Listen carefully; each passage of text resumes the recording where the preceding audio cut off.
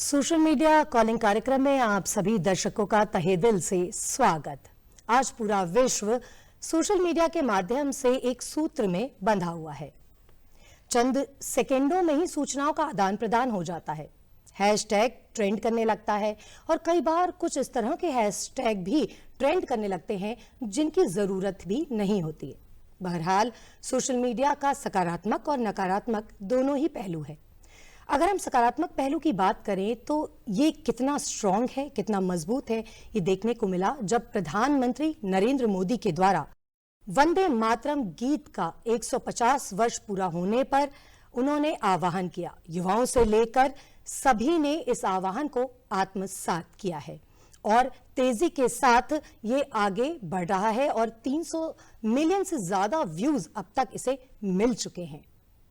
नमस्कार, आज इस कार्यक्रम में आप सभी दर्शकों का स्वागत है और हमारे साथ स्टूडियो में इसी विषय पर चर्चा करने के लिए हमारे साथ मौजूद हैं हमारे दो खास मेहमान। सबसे पहले हमारे साथ मौजूद हैं प्रोफेसर डॉक्टर भारत, जो कि पंजाब विश्वविद्यालय से जुड़े हुए हैं और आपको बताएं कि ये अधिष्ठाता हैं सूचना एवं जनसंपर्क विभाग में। और हमारे साथ जुड़े हुए हैं दूसरे मेहमान, इनका भी स्वागत है और ये हैं रिटायर्ड मजिस्ट्रेट नरेंद्र मल्होत्रा। आप सभी का स्टूडियो में बहुत बहुत स्वागत है सर। सबसे पहले हम बात करेंगे वंदे मातरम। प्रधानमंत्री नरेंद्र मोदी ने आह्वान किया है और महत्वपूर्ण ये है कि युवाओं की इसमें बड़ी सकारात्मक भूमिका नजर आई है। 300 मिलियन व्यूज अपने आप में एक बयां करते हैं किस तरह से युवा इसमें अपनी भागीदारी कर रहे हैं। तो सबसे पहले मेरा जवाब जो है मैं लेना चाहूंगी प्रोफेसर डॉक्टर भारत से। आप किस तरह से देखते हैं सर? जहां तक वंदे मातरम का प्रश्न उठता है, हमको लगता है मातृभूमि से बढ़कर कोई चंदन नहीं होता। मातृभूमि से बढ़कर कोई चंदन नहीं होता, वंदे मातरम से बढ़कर कोई वंदन नहीं होता। तो इसके लिए जितने भी मिलियन, जितने भी ट्रिलियन व्यूज आते हैं, हमको लगता है वह कम है, क्योंकि भारत माँ के व्रत पुत्रों के द्वारा, भारत माँ की व्रत पुत्रियों के द्वारा जितना भी इस माँ की महिमा मंडित की जाए, जितना भी इस माँ का श्रृंगार किया जाए, जितना भी इस माँ को नतमस्तक किया जाए, वह उतना ही कम रहेगा जी। और अगर हम बात करें नरेंद्र जी, आप क्या सोचते हैं युवाओं का 300 मिलियन व्यू? सबसे पहले तो यही बहुत बड़ी बात है, सोशल मीडिया का पावर, सकारात्मकता दिखती है कि प्रधानमंत्री नरेंद्र मोदी के आह्वान पर, वंदे मातरम के आह्वान पर 300 मिलियन व्यूज हमें देखने को मिले हैं। युवाओं की भागीदारी आप किस तरह देखेंगे? जो इस समय कॉन्सेप्ट सोशल मीडिया पे ट्रेंड कर रहा है जेन जी का, तो इंडिया में एक ही जनरेशन है, जेन आई, दैट इज जेन इंडिया। हमारा यूथ प्रो इंडिया है, प्रो इंडियन है, क्योंकि यहाँ की समस्याएं को हमारी सरकार एड्रेस करती है और वंदे मातरम की इस समय आवश्यकता 1905 की तरह इसलिए पड़ी है कि दो मोस्ट इंपॉर्टेंट चीज़ें जो इस समय भारतीय परिप्रेक्ष्य में इंडियन सिनेरियो में इमर्ज हो रही हैं, वो है एक स्वदेशी की आवश्यकता और दूसरा कम्युनल फोर्सेस और कास्ट फोर्सेस जो इंडिया की डिवाइसिव नेस की तरफ ले जाना चाहती हैं। उन दोनों को 1905 में भी वंदे मातरम मूवमेंट ने शुरू किया था और आज भी उसकी ज़रूरत है। और जैसे कि डॉक्टर साहब ने बहुत ही अच्छे साहित्यिक शब्दों में कहा कि इससे बड़ा वंदन नहीं हो सकता, और आपने कहा 300 मिलियन, तो मैडम 1905 में बीबीसी ने ये डेजिग्नेट किया था one of most 10 popular songs in the world. Bharat ji, मेरा सवाल अगला आपसे है। युवाओं की सकारात्मक भूमिका तो हम देख ही रहे हैं। युवा हमारा भारत का स्पेशली जेन जी जिसको कहते हैं, जेन अल्फा है, बेहद जोशीले हैं, उत्साहित हैं। क्या दिशा की जरूरत इस युवा को थी और प्रधानमंत्री नरेंद्र मोदी ने वंदे मातरम एक बार फिर से ये नारा देकर युवाओं को दिशा देने का काम किया है? हमको लगता है जिस प्रकार से भारत 2047 के सपने को लेकर आगे बढ़ रहा है, जिस प्रकार से भारत विश्व में अपना जगत गुरु, विश्व गुरु का दर्जा दोबारा से प्राप्त करने के लिए आगे बढ़ रहा है, जिस प्रकार से भारत विकसित भारत के रूप में आगे बढ़ रहा है, आत्मनिर्भर भारत के रूप में आगे बढ़ रहा है, हमारे देश के यशस्वी प्रधानमंत्री जी के द्वारा जो ये मुहिम उठाई गई है कि हम इस मुहिम के अंदर युवाओं की भागीदारी किस प्रकार से सुनिश्चित कर सकते हैं, हम युवाओं को अपनी भारत मां की मुख्य धारा से किस प्रकार से जोड़ सकते हैं। साथियों, जैसा कि हम सब जानते हैं कि हमारे देश में एक युवाओं की जो जनसंख्या है वह सर्वाधिक है, और युवाओं को जब तक उनकी आहुति नहीं डलेगी, जब तक उनका योगदान नहीं होगा, तब तक इस मां भारती का वंदन अधूरा रहेगा, मां भारती का श्रृंगार अधूरा रहेगा, और भारत दुनिया में प्रथम श्रेणी में आकर खड़ा होने में नाकाम रहेगा। इसीलिए भारत के प्रधानमंत्री युवाओं को साथ लेकर चलना चाहते हैं, युवाओं को उस प्रकार के संस्कार का दर्शन कराना चाहते हैं, युवाओं को उस प्रकार की सभ्यता, समाज और शिक्षा के साथ जोड़ना चाहते हैं, ताकि वह ना केवल हमारे समाज का, ना केवल हमारे देश का, अपितु पूरी दुनिया का, पूरी मानवता का वो नेतृत्व कर सके। बिल्कुल, प्रधानमंत्री नरेंद्र मोदी की ओर से ये आह्वान किया गया युवाओं का और सभी देशवासियों का, तो आखिर उन्होंने किस तरह से यह आह्वान किया, आइए देखते हैं। राष्ट्रगीत वंदे मातरम के 150 साल होने जा रहे हैं। 1905 में जब अंग्रेजों ने बंगाल का विभाजन किया, उसके प्रतिरोध में वंदे मातरम हर देशवासी का स्वर बन गया था। जी, तो कोलकाता से काशी तक और कन्याकुमारी तक ये वंदे मातरम जो है गूंजा था उस दौरान, और एक बार फिर से जब इस गीत के 150 वर्ष पूरे हो रहे हैं, प्रधानमंत्री नरेंद्र मोदी की ओर से आह्वान किया गया देशवासियों का, और ये जो आह्वान है खास तौर से युवाओं की जो भागीदारी देखने को मिली है वो प्रशंसनीय है। भारत जी, आप इसे किस तरह से देखते हैं, और एक पृष्ठभूमि पर नजर डालते हैं कि वंदे मातरम जब लिखा गया तो उस वक्त क्या पृष्ठभूमि रही? जो अंग्रेजी शासन प्रशासन था उसकी ऐसी इच्छा बन गई थी कि वह ब्रिटिश इंडिया के अंदर जो ब्रिटिश एंथम है सेव द क्वीन, वो उसको लागू करने के लिए प्रयासरत थे। उस समय में जब हम अपने स्वतंत्रता सेनानियों के माध्यम से एक सामाजिक चेतना का संदेश जन जन तक पहुंचाना चाहते थे, जब हम चाहते थे कि हम भारत के सभी नागरिकों को हम एक सूत्र में पिरो पाएं, तो उस संदर्भ में जो यह वंदे मातरम था इसने एक बहुत महत्वपूर्ण भूमिका निभाई। और जिस प्रकार से हम इसे वंदे मातरम कहते हैं, यह एक मंत्र के रूप में भी आया, यह एक स्वप्न के रूप में भी आया, यह एक उमंग के रूप में भी आया, यह एक उल्लास के रूप में भी आया, यह एक आशा के रूप में भी उभर कर उस समय सामने आया था, जिसका एक स्वरूप हमको 24 जनवरी 1950 को डॉक्टर राजेंद्र प्रसाद जी ने जो वाक्य कहा था, उसमें इस बात को माना गया था कि भारत की आजादी में वंदे मातरम का एक बहुत बड़ा योगदान रहा है। इसीलिए वंदे मातरम को भी जो दर्जा दिया जाए वह जनगण मन के समान दर्जा दिया जाए, उसको भी उस स्तर पर लेकर जाया जाए, क्योंकि इस वंदे मातरम की जो भूमिका रही है वह भूमिका हम किसी भी मायने में कम करके नहीं आंक सकते। बिल्कुल। और नरेंद्र जी, आप क्या कहेंगे, पृष्ठभूमि की बात की जाए तो वंदे मातरम की अभी रचना किस तरह से हुई और इसकी पृष्ठभूमि क्या रही? क्योंकि आज के युवाओं को इतनी जानकारी नहीं है कि वंदे मातरम किस परिवेश में लिखा गया था, कितनी कठिन परिस्थितियां थी, और ये वंदे मातरम जोशीला महामंत्र बन चुका था, और इसको बोलते हुए कई क्रांतिकारियों ने फांसी के फंदे चूम लिए थे। जी, आपने बिल्कुल ठीक कहा। डॉक्टर साहब ने इतने भी डायमेंशंस दिए हैं, वो उन सब के साथ मैं एक ये भी कहना चाहूँगा कि यूथ के लिए ये समझना बहुत ज़रूरी है कि it is not an old emotional song of any movie. इसके ओरिजिनल 6 पैराग्राफ थे और 6 के 6 का रेफरेंस पीएम मोदी सर ने दिया है, और उन 6 पैराग्राफ्स में जो परिकल्पना भारत माता की, वंदे मातरम एक माता के प्रति श्रद्धा सुमन अर्पित करते हुए एक गीत है, और जिस माँ की, माँ भारती की उन्होंने कल्पना की, भारत माता की कल्पना की, उसमें उन्होंने माँ सरस्वती को भी देखा, माँ लक्ष्मी को भी देखा, माँ दुर्गा को भी देखा चंडी रूप में, जो ऑपरेशन सिंदूर के रूप में सामने आई। और क्योंकि ये बंगाल से कॉन्सेप्ट आया था, तो बंगाल में दुर्गा पूजा जो की जाती है वो जिस माँ की, जिस सहस्त्र भुजाधारी माँ की जाती है, उस रूप में उन्होंने कल्पना की।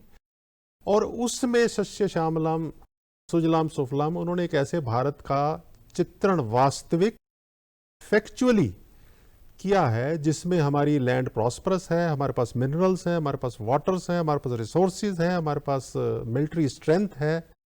इस चीज की जरूरत 1905 में भी थी, जिसने अंग्रेजों को बांग्लादेश, जो बंगाल विभाजन था, उस फैसले को रद्द करने के लिए मजबूर कर दिया था। और आज भी स्वदेशी की आवश्यकता इन view of the trade war जो इस समय चल रहा है उसके संदर्भ में देखने की आवश्यकता है। और वंदे मातरम उसका एक, अगर मैं एक लेटेस्ट नैरेटिव के रूप में इसको प्रेजेंट करूं तो वो एक रोड मैप प्रोवाइड करता है how India should go emotionally, militarily, socially and economically, commercially, lawfully, legally, rationally and intellectually. This is what lies behind that, madam. बिल्कुल।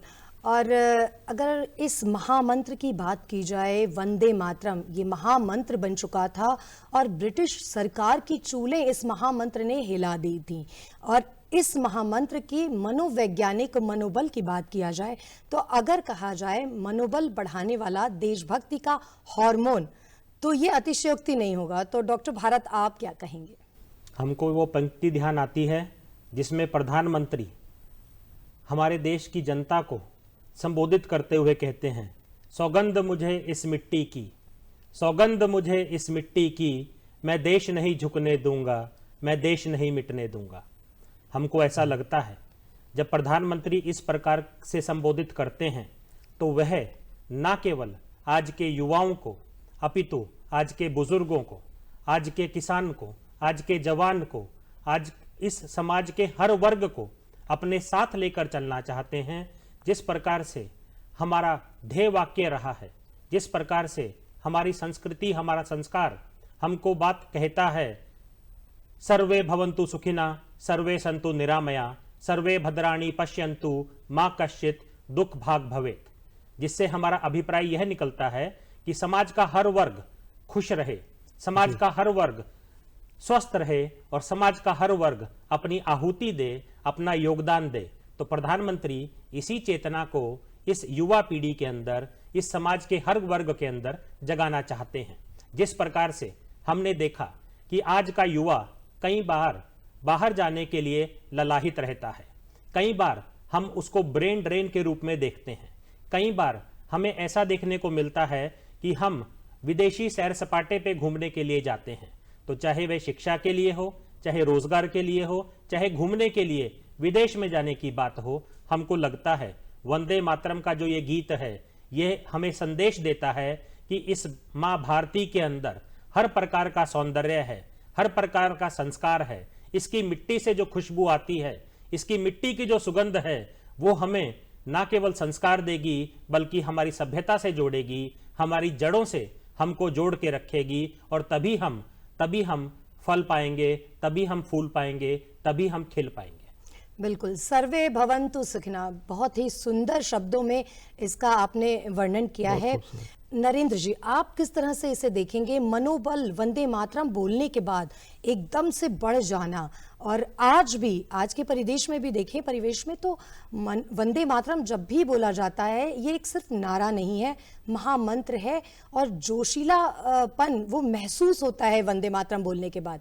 तो आप इस मनोबल को किस तरह से देखेंगे? मैडम, मैं कंक्रेटाइज करूंगा अपनी वर्शन को ना, कंक्रेटाइज करूंगा, रैशनलाइज करूंगा इन द वे कि अगर स्वदेशी का तकरीबन जब से हम ट्रेड वॉर में आए हैं, स्वदेशी मूवमेंट की बात चली और फिर उसको कोडिफाई किया गया 7 नवंबर को वंदे मातरम मूवमेंट में, तो आपको हैरानी होगी कि ये डाटा, क्योंकि हम इंटरनेशनल ग्लोबल सिनेरियो में बैठे हैं, ये डाटा शेयर नहीं किया जाते, लेकिन हमारी 40% dependence on overseas imports reduce होके कम हो गई और हमारे स्वदेशी को एकदम से अपलिफ्टमेंट मिली है।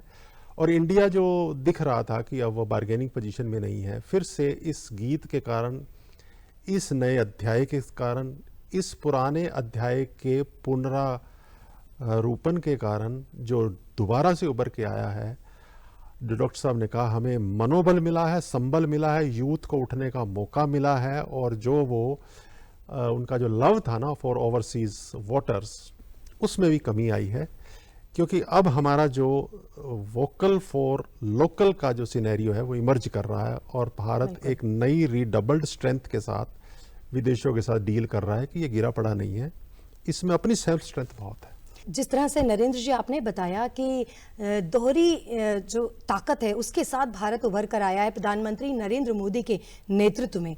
हमने स्टूडियो के बाहर भी कुछ आम लोगों से बातचीत की कि वंदे मातरम का जो आह्वान प्रधानमंत्री की ओर से किया गया है वो उस बारे में क्या सोचते हैं, आइए देखते हैं। राष्ट्रीय गान के जो रचयिता हैं वो श्री रविंद्रनाथ टैगोर जी हैं और राष्ट्रीय गीत के रचयिता बंकिम चंद्र चटर्जी जी हैं। राष्ट्रीय गान उस टाइम रविंद्रनाथ टैगोर ने जो एक संदेश लोगों को देना था, लोगों के अंदर जो स्वतंत्रता की भावना को जागृत करना था, उसके लिए हमारे देश में जो आज भी हर एक समारोह में राष्ट्रीय गान को गाया जाता है। और राष्ट्रीय गीत उस टाइम से लेके अब तक भी हमारा एक नेशनल सॉन्ग बना हुआ है जो लोगों के अंदर एक भावना प्रेरित करता है, स्वतंत्रता की भावना प्रेरित करता है। जो राष्ट्रीय गीत है वो पहचान है हमारे देश की एकता की, संप्रभुता की, और जो राष्ट्रीय गान है वो उसमें हमारे देश के राज्यों का वर्णन किया गया है। आपने सुना किस तरह से आम लोग भी वंदे मातरम को आत्मसात कर रहे हैं, अपने अस्तित्व के साथ जोड़ रहे हैं। और भारत जी, आपसे मैं पूछना चाहूंगी कि राष्ट्रगीत और नेशनल एंथम ये एक महत्वपूर्ण विषय है, क्योंकि वंदे मातरम हमारा राष्ट्रगीत है और जन गण मन हमारा नेशनल एंथम है। तो इन दोनों के बीच में डिफरेंस क्या होता है? राष्ट्रगीत किस तरह से अधिक महत्वपूर्ण है, नेशनल एंथम तो हमारा सबसे महत्वपूर्ण होता ही है। जहाँ तक हम वंदे मातरम और जनगण मन को देखते हैं तो जो अंतर एक गीत में और एक गान में होता है वही अंतर जनगण मन और वंदे मातरम में है। जब हम इतिहास के पन्नों को खंगालते हैं तो हमको एक उसमें से उदाहरण देखने को मिलता है। 15 अगस्त 1947 को सरदार वल्लभ भाई पटेल जी के आग्रह पे पंडित ठाकुर जी ने ऑल इंडिया रेडियो के ऊपर जो धुन बजाई थी सुबह 6 बजे, उस समय सबको कानों में सुनाई थी, वह वंदे मातरम की थी, ताकि उनके अंदर एक जोश भर सके, उनके अंदर एक खुशी का एहसास हो सके। परंतु जब हम जनगण मन को देखते हैं, जनगण मन इसलिए महत्वपूर्ण होता है क्योंकि हमें उसे संविधान के दर्जे में शामिल किया गया है, इसीलिए जनगण मन की अपनी महत्व है और वंदे मातरम अपना एक उचित स्थान रखता है। आज के युवा की अगर बात की जाए तो राष्ट्रगीत कहीं ना कहीं अब तेजी के साथ युवाओं में भी ट्रेंड कर रहा है, युवाओं को भी बेहद पसंद आने लगा है। नेशनल एंथम तो सभी के लिए महत्वपूर्ण है, लेकिन राष्ट्रगीत ये वंदे मातरम, और ख़ास तौर से जब प्रधानमंत्री नरेंद्र मोदी की ओर से आह्वान किया गया है 150 वर्ष इस गीत के पूरे होने पर, तो युवाओं में इसकी जो महत्वता है वो बढ़ती हुई नजर आ रही है। आप किस तरह से देखेंगे भारत जी? सुजलाम सुफलाम मलयज शीतलाम शस्य श्यामलाम मातरम। हर पंक्ति के अंदर, हर शब्द के अंदर जो ऊर्जा जुड़ी हुई है वह ऊर्जा आज की युवाओं की ऊर्जा के साथ मेल खाती है। आज का युवा आज के समाज में एक महत्वपूर्ण सकारात्मक भूमिका निभाना चाहता है, और हमको लगता है प्रधानमंत्री के इस प्रकार के प्रयास, सार्थक प्रयास, अथक प्रयास सही दिशा में युवाओं को मोड़ रहे हैं, युवाओं को जोड़ रहे हैं, ताकि हम 2047 का इंतजार ना कर सकें और भारत को उससे कहीं पहले विकसित भारत बनाकर, विकसित भारत हम निर्भर भारत बनाकर बना सके, दुनिया के सामने पेश कर सकें। जी नरेंद्र जी, आप इस बारे में क्या सोचते हैं, आपके क्या व्यूज हैं, आप बताएं। देखिए मैडम, ये हर देश के लिए एक ऐसा सॉन्ग जरूरी होता है, नेशनल एंथम, और जो राष्ट्रीय गीत हम वंदे मातरम की बात कर रहे हैं, तो नेशनल एंथम इज मोर और लेस एक official song which is sung on administrative functions, which has got constitutional validity, और उसका एक पोस्चरिंग होती है, उसका एक टाइम होता है, और भाई इस तरह से खड़े होके ये गाना है, उसके साथ हमारी नेशनल डिग्निटी जुड़ी हुई है, नो डाउट नेशनल जो हमारा वंदे मातरम उसके साथ भी जुड़ी हुई है, लेकिन और दोनों ही they described about the various aspects and various dimensions of India. Ji Naresh, लेकिन वंदे मातरम एक इमोशनल और सेंटिमेंटल सॉन्ग है which runs through the veins and nerves of every human being। सोते जागते बिल्कुल हर समय उसके अंदर मैं उस माँ भारती को प्रणाम करता हूँ, जी। आपको श्रद्धा सुमन अर्पित करता हूँ। It has a wider contest. Narendra ji, हमने बाहर भी कुछ लोगों से बातचीत की, आखिर वो राष्ट्रीय गीत को कितना जानते हैं, तो आइए देखते हैं कुछ और वीडियो बाइट्स। राष्ट्रीय गान जो कि रविंद्रनाथ टैगोर जी ने लिखा है, और वंदे मातरम हमारा राष्ट्रीय गीत जो कि बंकिम चंद्र चटर्जी ने लिखा है। राष्ट्रीय गान जो कि सिर्फ राष्ट्रीय एकता के रूप में जाना जाता है, और हमारा वंदे मातरम राष्ट्रीय गीत जो कि स्वतंत्रता का प्रतीक माना गया है। जो राष्ट्रीय गीत है वो बंकिम चंद्र चटर्जी ने लिखा है, और जो राष्ट्रीय गान है वो रविंद्रनाथ टैगोर जी ने लिखा है। जो राष्ट्रीय गीत है वो हमारे देश, हमारी मातृभूमि की वंदना है, और जो हमारा राष्ट्रीय गान है उसमें दिखाया गया है कि हमारा देश कहाँ से कहाँ तक का था और इसका कल्चर कैसा है। राष्ट्रीय गीत जो कि हमारा है वंदे मातरम, और राष्ट्रीय गान है हमारा जन मन गण अधिनायक। जी, तो हमारे युवा और सभी लोग राष्ट्र गीत को भी पहचानते हैं और नेशनल एंथम को भी। ये एक महत्वपूर्ण और अच्छी बात है। सकारात्मक सोच किस तरह से आगे बढ़ रही है, ये वीडियो बाइट्स में हमने देखा कि युवा भी हैं और उससे बड़ी उम्र के भी हैं, सभी बड़ी सकारात्मक सोच रखते हैं। भारत जी, जहाँ तक युवाओं की सोच की बात है, जहाँ तक सकारात्मकता की बात है, हमने जिस प्रकार से आपको पहले बताया था कि इसमें एक एक शब्द जो पिरोया गया है, एक एक अक्षर जो है वह एक संदेश लेकर आता है, वह एक भावना के साथ हमको जोड़ता है, वह हमको इस प्रकार की उमंग और तरंग से जोड़ता है। जिस प्रकार से सर ने बहुत बखूबी तरीके से स्वदेशी की बात को रखा है। आज हम कुछ भी कर लें, युवाओं को स्वदेशी से जोड़ना मीन्स भारत माता से जोड़ना। युवाओं को स्वदेशी से जोड़ना, इसका मतलब आत्मनिर्भरता की ओर एक कदम बढ़ाना। युवाओं को स्वदेशी से जोड़ना, इसका तात्पर्य देश को विकसित बनाने से है। हमको एक ऐसे राष्ट्र की कल्पना करनी है, एक ऐसे सपने को पूरा करना है, एक ऐसे संस्कार को लेकर आगे चलना है जिसमें हम वसुधैव कुटुंबकम की भावना को भी आगे बढ़ाएंगे, जिसमें कि हम इन सभी दीवारों को ढा देंगे, इन सभी गिले शिकवों को दूर कर देंगे और हम सब एक होकर एक गूंज के साथ मानवता की जय जयकार करेंगे। हमको लगता है यही इसका सही मायने में अर्थ है, यही इसका सही मायने में उद्देश्य निकलकर आता है। जी, और इस विषय पर बहुत ज़्यादा वृहद चर्चा की जा सकती है, लेकिन समय हमारे पास कम है और अब हमें समय इजाज़त नहीं दे रहा है कि इस कार्यक्रम को हम और ज़्यादा आगे बढ़ाएं। लेकिन इस विषय पर चर्चा के साथ ये ज़रूर सामने आया है कि वंदे मातरम भारत की आत्मा में समाहित है और इसे ही हम लगातार आगे बढ़ाते रहेंगे। ये कार्यक्रम भी आगे चलता रहेगा। आप दोनों का बहुत शुक्रिया इस कार्यक्रम में हमारे साथ इस विषय पर चर्चा करने के लिए। और अपने दर्शकों को हम बता दें कि इस कार्यक्रम को वो डीडी पंजाबी, डीडी हरियाणा के सभी प्लेटफॉर्म्स पर देख सकते हैं और सोशल मीडिया के भी सभी प्लेटफॉर्म्स पर यह कार्यक्रम उपलब्ध है, आप देख सकते हैं। और आपके सुझाव भी बेहद महत्वपूर्ण है हमारे लिए।